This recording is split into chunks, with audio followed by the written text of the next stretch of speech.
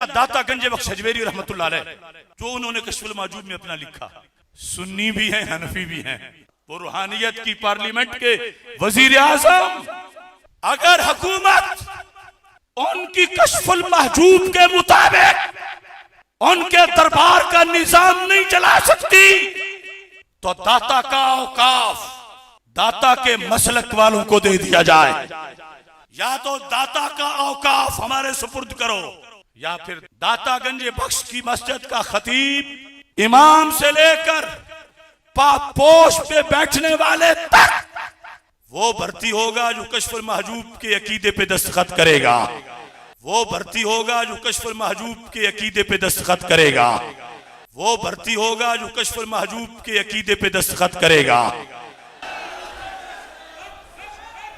یہ ہیں عقائد داتا گنج بخش۔ تنظیم المدارس کے نصاب میں عقائد نسبی کے ساتھ عقائد گنج بخش کو شامل کیا جائے، اور حکومت، ادارے، اوقاف، یہ لکھا ہے میں نے، لکھا ہے کشف المحجوب سے، لکھا ہے 100% ذمہ داری سے، کوئی ایک حرف بھی غلط ہوا ذمہ دار ہوں، یہ لکھا ہے میں نے، لکھا ہے کشف المحجوب سے، لکھا ہے 100% ذمہ داری سے، کوئی ایک حرف بھی غلط ہوا ذمہ دار ہوں۔ لیکن اب داتا کے کسی عہدے پر وہ بیٹھے گا جو یہ پیپر کشف المحجوب جو بابا جی ہمارے لہرایا کرتے تھے، کہتے ہیں جی وہ خواجہ نظام الدین اولیاء کہتے ہیں جس کا کوئی پیر نہیں ہے نا وہ یہ کتاب پڑھ لے اسے اپنا مرشد مل جائے گا۔ اس کتاب کے اندر وہ گستاخیاں لکھی ہوئی ہیں کہ جو دیوبندیوں کے بزرگوں کی گستاخیوں کو بھی شرمندہ کر دیں۔ صحف اور سکر کا چیپٹر کھولیں جس میں جنید بغدادی کا صحف اور بایزید بستامی یعنی یزید ابا جی، ہاں جی، مرید امام جعفر دا نا ابا یزید، واہ واہ واہ، اسی آج نام رکھنے سے تیار نہیں ہیں، ٹھیک ہے جی، ہم تو معاویہ نام رکھنے کے لیے تیار نہیں ہیں، تم لوگوں نے کنیت رکھی ہوئی ہے ابو یزید، ناسبیوں والے کام۔ تو وہ یزید ابا جی ان کا سکر ثابت کرتے ہوئے اور صحف ثابت کرتے ہوئے جنید بغدادی کا ٹیمپرڈ فارم میں جو تورات ہے اس کے واقعے کو انہوں نے کوٹ کیا۔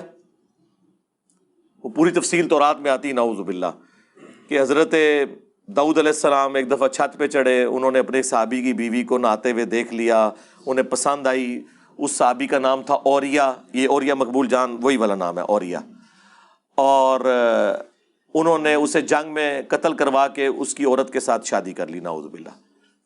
اور اس سے انہوں نے کنکلوڈ کیا کہ حضرت داؤد نے یہ جان بوجھ کے کیا تھا، وہ پوری ہوش میں تھے۔ صحف، ایک سین والا صحف ہے وہ بھول ہوتا ہے جو سجدہ صحف، ایک سواد والا صحف ہوتا ہے پوری انٹینشن سے۔ وہ کہتے ہیں اس لیے داؤد علیہ السلام نے معافیاں بعد میں مانگی نا، وہ ہوش میں تھے، انہوں نے یہ غلط کام کیا۔ تو حضرت جنید بغدادی کا جو صحف کا سکول آف تھاٹ ہے وہ اس کو فالو کرتا ہے، چنگی شے فالو کر دو، قرآن دی اس نو فالو کرو، کوئی اہل بیت نو پڑھو، کیڑے پاسے لگے ہوئے ہو تسی۔ اور کہتے ہیں سکر بازید بستامی کا، اس کی کہتے ہیں مثال یہ ہے کہ ہمارے نبی کی بھی تو ایک دفعہ نظر اپنے صحابی کی بیوی زید ابن حارثہ کی بیوی پہ پڑی، سیدہ زینب کے اوپر، انہیں پسند آ گئی اور نعوذ باللہ وہ شادی کر لی۔ تو رسول اللہ حالت سکر میں تھے، یعنی ہوش میں نہیں تھے ان کے بقول، اس لیے اللہ نے ان پہ گرفت نہیں کی ہے۔ تو یہ بازید بستامی بھی جو ارشادات فرماتے رہتے ہیں نا، ان کے اوپر گرفت نہیں ہوگی کیونکہ وہ سکر کی حالت میں ہوتے ہیں۔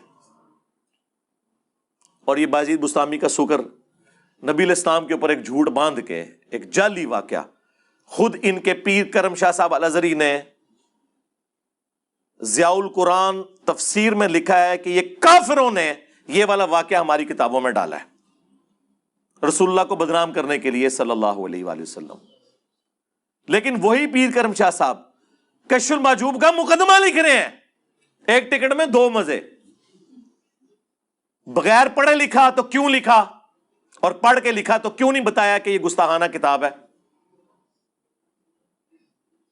کدھر جاؤ گے؟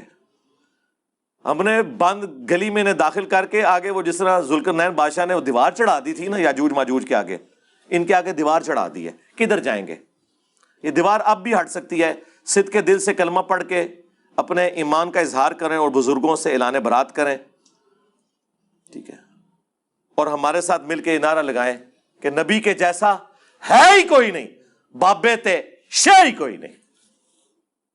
یہ نعرہ لگائیں, انشاءاللہ سب کچھ معاف ہو جائے گا, میں گارنٹی دیتا ہوں آپ کو انشاءاللہ تعالی. تو یہ ساو اور سکر کی بحثوں میں انہوں نے یہ گستاخی کی اس شخصیت کے بارے میں, اللہ, جن کے بارے میں قرآن کہہ رہا ہے ما ضل صاحبکم وما غوا, تمہارے نبی نہ کبھی بہکے ہیں نہ کبھی بے راہ چلے ہیں.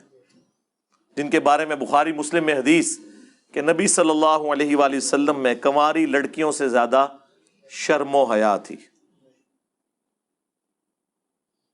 ان کے بارے میں یہ بات کر رہے ہیں.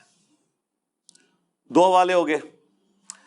تیسرا حوالہ بی کشف المحجوب سے, جو یہ الزام کل تک باقیوں کے اوپر لگاتے تھے حیات النبی صلی اللہ علیہ وآلہ وسلم کے حوالے سے, اس عقیدے کے اوپر ڈاکہ بھی کشف المحجوب میں موجود ہے. امام ابو حنیفہ رحمۃ اللہ علیہ کی طرف ایک خواب منسوب کیا گیا. کشف المحجوب میں امام حنیفہ کے چیپٹر کو نکال کے دیکھ لیں, اس میں یہ لکھا ہوا ہے کہ امام ابو حنیفہ نے خواب میں دیکھا کہ رسول اللہ کی قبر کو کھود کر اس میں سے آپ کی ہڈیاں جمع کر رہے ہیں. استغفر اللہ واتوب الیہ. کیا کسی مسلمان کا عقیدہ ہے کہ نبی علیہ السلام کا جسم مبارک ہڈیوں کی شکل میں ہے وہاں پہ؟ نعوذ باللہ. یعنی جی خواب ہے یار. اللہ کے نبی صلی اللہ علیہ وآلہ وسلم کے بارے میں اللہ اس طرح کا گستاخانہ خواب کسی کو دکھائے گا؟ ترجمہ کیا ہوا استخوان مبارک, پتہ ہی نہ چلے کے لیے ہے استخوان مبارک. اور تذکرۃ الاولیاء میں بھی یہ واقعہ موجود ہے, وہاں لکھا ہوا ہے ہڈیاں جمع کر رہے ہیں, باز کو باز سے چن رہے ہیں. استغفر اللہ. اور خواب کوئی گھڑنا تھا نا بابے کو اونچا کرنے کے لیے, تو ہم آپ کو بتاتے ہیں کہ امام حنیفہ نے خواب میں دیکھا کہ نبی علیہ السلام کے برتن سمیٹ رہے ہیں, آپ کے کپڑے مبارک اکٹھے کر رہے ہیں, آپ کی لاٹھی مبارک, یہ بات کرتے قبر کھود کر ہڈیاں باز کو باز سے الگ کر رہے ہیں. اور صبح اٹھ کے جب ابن سیرین سے پوچھا تو انہوں نے کہا کہ آپ رسول اللہ کی سنت کو جمع کریں گے. استغفر اللہ. کیا خواب یار, اللہ کے نبی کے بارے میں یہ خواب دکھایا جائے گا؟ جھوٹا خواب. امام حنیفہ بری الذمہ ہے, ان کی طرف انہوں نے منسوب کیا.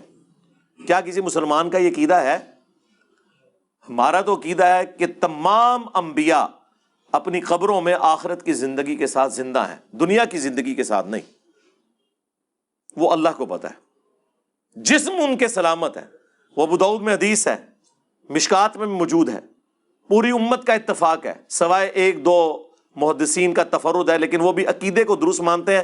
ان کو وہم لگا اس کی سند کے اوپر, عقیدہ وہ یہی مانتے ہیں کہ ابو داؤد میں حدیث ہے ان اللہ حرم علی الارض ان تاکل اجساد الانبیاء, بے شک اللہ تعالیٰ نے حرام کر دیا ہے مٹی کے لیے کہ وہ نبیوں کے جسموں کو کھائے. اور یہ ہمیں کیا عقیدہ بتا رہے ہیں؟ بلکہ اس کی جڑ تو قرآن میں موجود ہے. سورہ سبا میں آیا ہے کہ حضرت سلیمان علیہ السلام بھی لاٹھی کے سہارے یوں بیٹھے رہے اور جنات کو پتہ ہی نہیں چلا, اور لاٹھی کو دیمک نے چاٹ لیا. کتنے مہینے لگے ہوں گے, کوئی کیڑا ان کے جسم کے اوپر نہیں چڑھا. نبیوں کے جسم کا سلامت ہونا وفات کے بعد اس کی اصل قرآن میں اس عقیدے کی جڑ موجود ہے. یہ میں منکرین حدیث کے لیے بات کر رہا ہوں کہ اس کی اصل قرآن میں موجود ہے سلیمان علیہ السلام کے بارے میں. تو اب یہ ذرا بتائیں, یہ واقعہ لکھ کے انہوں نے نکالا کیا ہے؟ 3 گستاخیاں ہو گیا, آج اور چوتھی. کشف المحجوب میں ہی لکھا ہوا ہے کہ باعزید بستامی کہا کرتے تھے سبحانی سبحانی ما اعظم شأنی, میں پاک ہوں, میں پاک ہوں, میری شان بہت بلند ہے.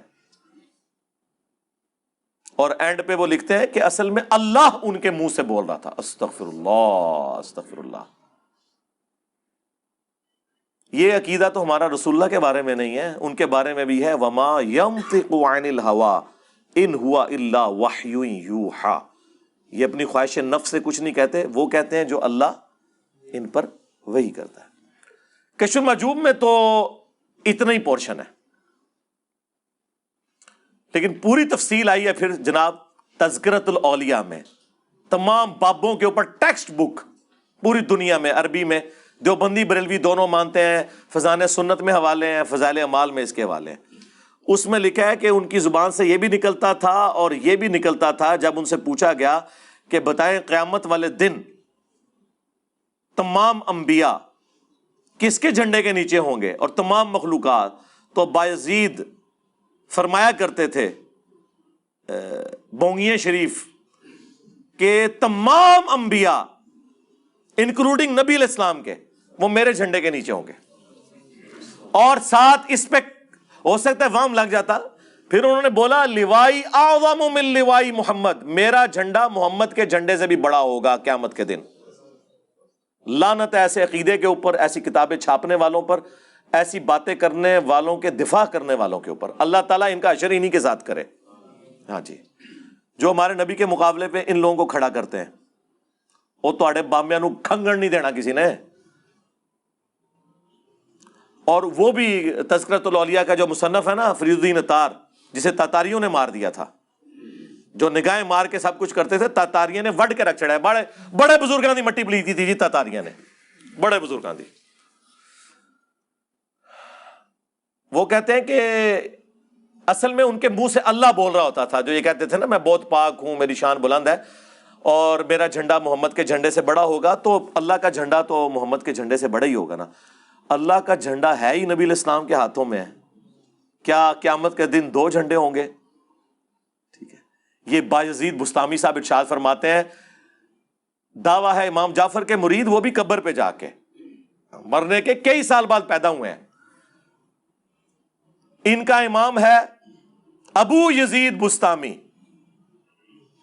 اور ہمارا امام ہے ابو الحسین مسلم بن حجاج القشیری، دونوں 261 ہجری میں فوت ہوئے ہیں، ایک ہی سن میں۔ بابوں کے امام بھی اور کتابوں کے امام بھی اور اماموں کے امام بھی۔ اور صحیح مسلم میں کیا لے کے آ رہے ہیں وہ کہ نبی علیہ السلام نے فرمایا قیامت کے دن میں تمام اولاد آدم کا سردار ہوں گا، سب سے پہلے مجھے قبر سے نکالا جائے گا، سب سے پہلے میں شفاعت کروں گا، سب سے پہلے میری شفاعت قبول کی جائے گی۔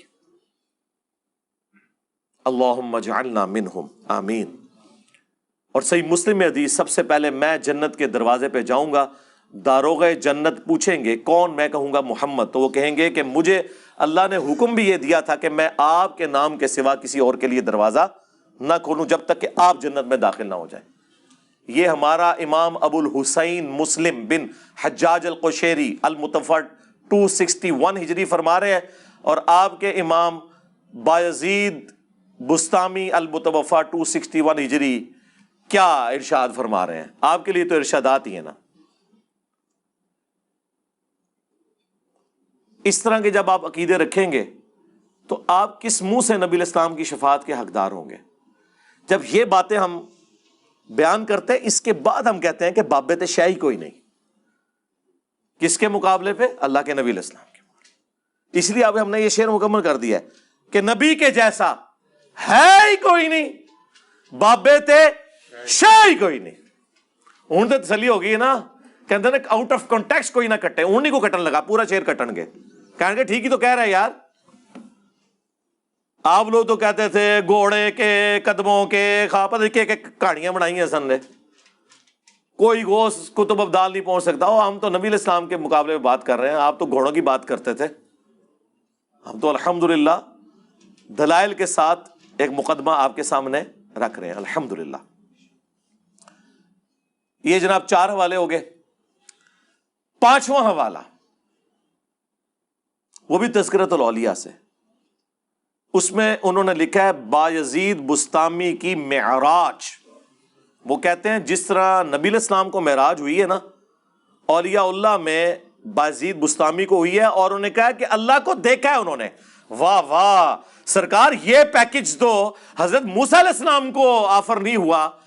سورہ الاعراف کی آیت نمبر 143 میں اللہ نے فرمایا تو مجھے دیکھ نہیں سکتا،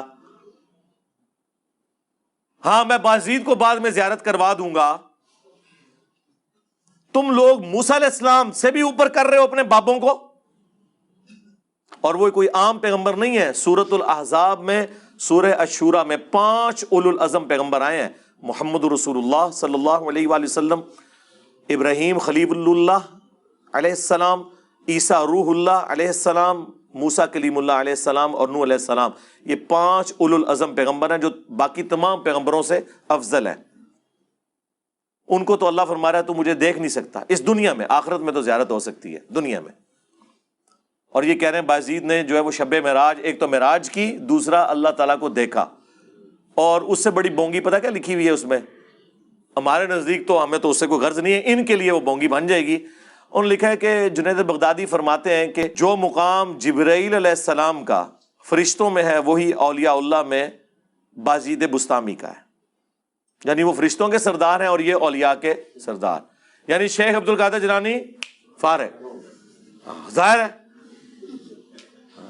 اور عبد القادر جیلانی تو بازید کے آلموسٹ کوئی 200 سال بعد آئے ہیں، 200-250 سال بعد، تو وہ اس پوسٹ پہ آ کے بیٹھ ہی نہیں سکتے، جبرائیل نے معزول تو نہیں ہونا نا، تو یا بازید بستامی معزول ہو چکے ہیں۔ اور فرما رہا کون ہے؟